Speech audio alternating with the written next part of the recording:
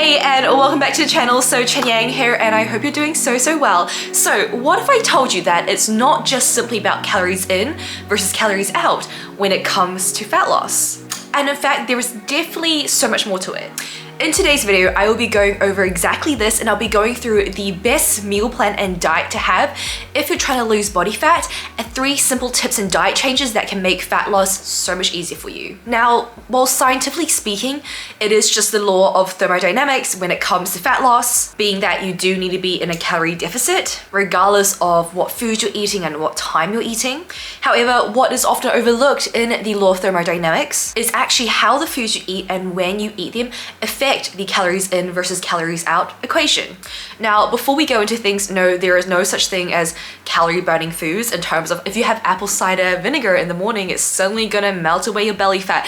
No, we're not going down that route. However, by adjusting your diet and your food habits, you definitely can make that deficit a lot easier. And when it's easier, it's going to be easier to stay consistent to it, and that's what you need in order to lose fat and also keep it off. Now, this is what we're going to go over today. Now, before we get started, make sure to give this video a like and subscribe if you're new here, and let's go. Now, my first tip and the first diet swap to make is to opt for more unprocessed foods over the processed foods. Now, before you start thinking there's something wrong with processed foods, I'm telling you, you can't have those foods. No, there are no such thing as good or bad foods. However, obviously with the unprocessed foods, you're going to be getting a lot more nutrients in, and they're also much better at suppressing your appetite and keeping you feeling fuller for longer, which is key if you're trying to lose body fat and you are in a dieting phase. In addition, the other benefit is their thermic effect of food. So this is basically the calories that your body burns in order to digest the foods that you've been eating. Now, in a macronutrient standpoint, so when we look at your carbohydrates, your proteins, and your fats, proteins actually have a higher thermic effect of food. What that means is your body actually requires more calories to digest protein sources. However, if we were just to compare processed and unprocessed foods, regardless of their macronutrient group, so just looking at the equivalents, you would still find that the thermic effect of food is higher in the unprocessed foods. An example of this to show you guys is actually a study done on whole grain bread with unprocessed cheddar cheese, so real cheddar cheese, versus white bread with processed cheese. Now, both sandwiches are 800 calories, so the calories that you are consuming is equivalent. However, it was found in the study that the processed counterpart actually required your body 50% less energy to digest it versus its unprocessed version. Therefore, even if both sandwiches equated to the same amount of calories being consumed, the calorie expenditure during the day of someone who was to opt for the unprocessed version would actually be slightly higher than the person who opted for the processed version of the sandwich. Now, obviously, if 80% of your diet is the unprocessed foods, then naturally that does add up, and that can actually add up to quite a bit over a week's time in terms of your calorie expenditure just through your food choices. Now, please, again, this isn't to say to avoid processed foods. There's absolutely nothing wrong with them. In fact, as a fitness coach, as you can see, I have snacks and processed foods at home. There's absolutely nothing wrong with them, right? You're not going to die by having them around, but it's just to say that, you know, if you can go for the unprocessed version, opt for that, just because it is going to give your body a lot more nutrients that you probably require, right? I'm not going to get that many nutrients out of ice cream or a Halo Top or these energy fruit balls or a muesli bar.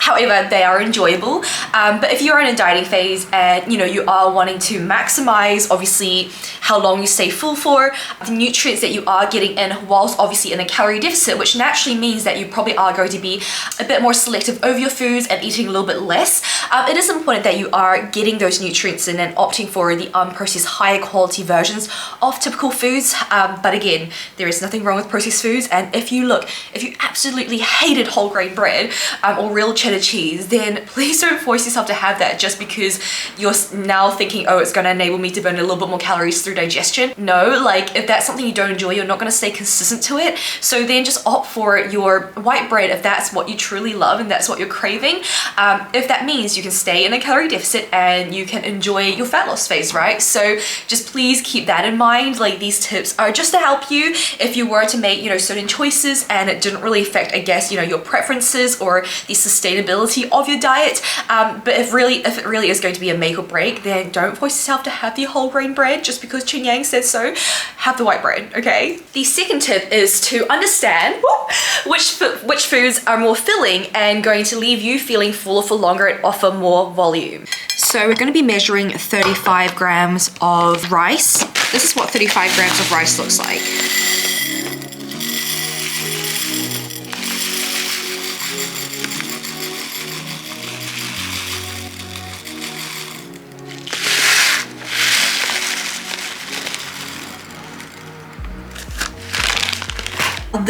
This equates to around 125 calories with 28 grams of carbs. Now I'm gonna show you what the equivalent of this would be in potatoes. So let's swap this over.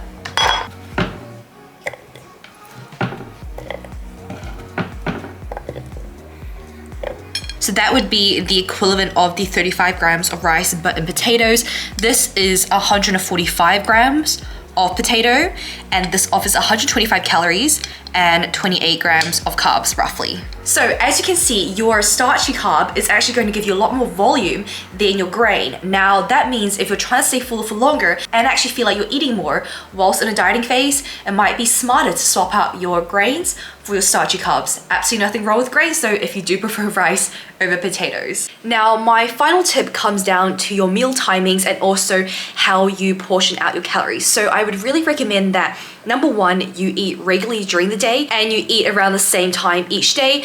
And secondly is to make sure that you have a high protein, high calorie breakfast.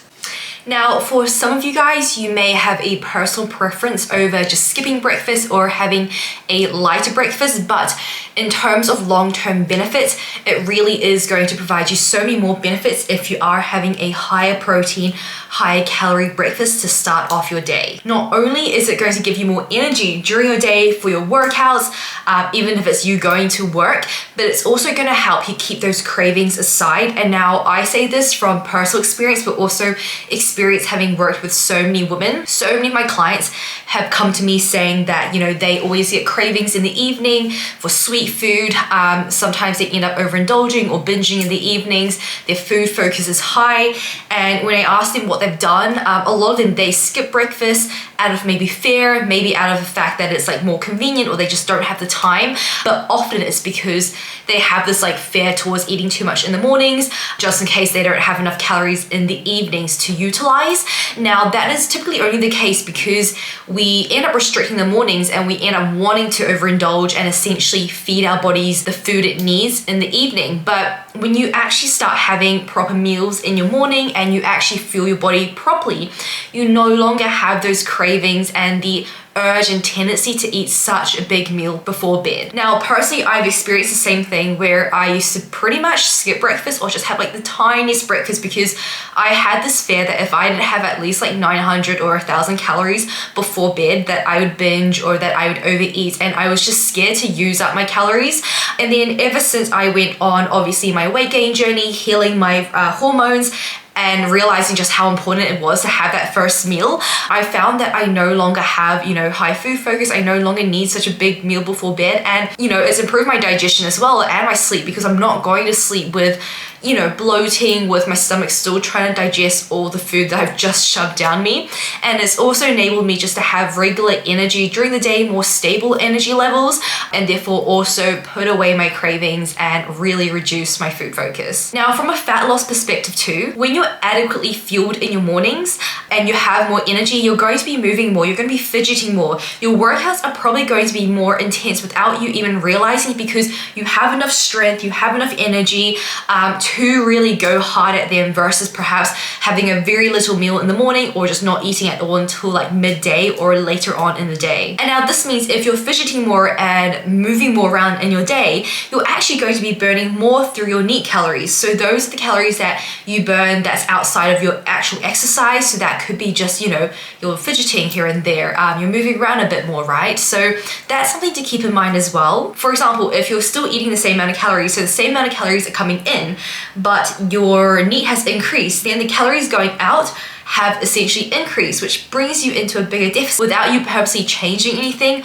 or adding more, like say, cardio into your routine. Now, it's one thing to obviously have this knowledge and these 3 tips to keep in mind, but obviously it's another thing to actually understand, well, how can I now fit this into my life, and like what does this actually look like? So I put together a 1,800 meal plan to actually show you and demonstrate to you what these tips look like in practice, in terms of number 1, opting for less processed foods, however still having that balance. Okay, that balance is really important. Number 2, opting for higher volume foods over the lower volume substitutes. And finally, number 3, obviously having a big enough breakfast with protein first thing in the morning. Even if that means you typically don't have breakfast until later on in the day, just make sure that the first meal is high in protein, high in calories, to keep you feeling nice and full and energized. So if you'd like a sample of this, just feel free to head to the link below in the descriptions, and it's all there for you, and I hope that this can be helpful.